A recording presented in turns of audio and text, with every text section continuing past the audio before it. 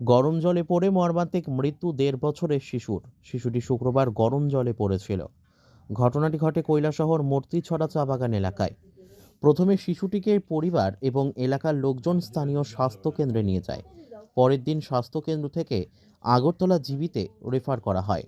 জীবিতে ৩ দিন মৃত্যুর সঙ্গে লড়াই করে হার মানে ১.৫ বছরের ছোট্ট শিশুটি মঙ্গলবার সকালে মৃত্যুর কোলে ঢলে পড়ে।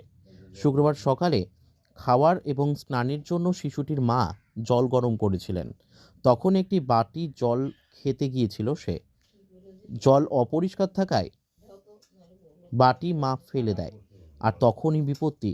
জেদের বশে শিশুটি মাথা নাড়া দিয়ে গরম জলে পড়ে যায়, আর তাতেই শিশু সন্তানটিকে হারালো মা, বাবা এবং পরিজন। তারা কৈলাসহর মূর্তিছড়া চা বাগানের শ্রমিক। ঘটনাটা চার জল বয়েছিলাম স্নান করার লাগে আর আমরা খাওয়ানোর লাগে। তো আমি বললাম, বাবা এটা খাইস না, এটা বাইরে জল আছে, খাইস না।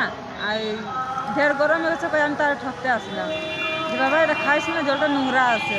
তো না আমি খাইব। তো বাটি ফালাই দিলাম ওইদিকে, বাটি ফালাই দিতে ওইদিকে। তখন কিতা হয়েছে যে আমার বাটির এটা বাটি না আনতে পারি, আমার অন্য পড়ে গেছে, ব্যাগ মারিয়া পড়ে গেছে। গরম জলের মধ্যে পড়ছে। গরম জলের মধ্যে কে দেখছে প্রথমে বিষয়টা?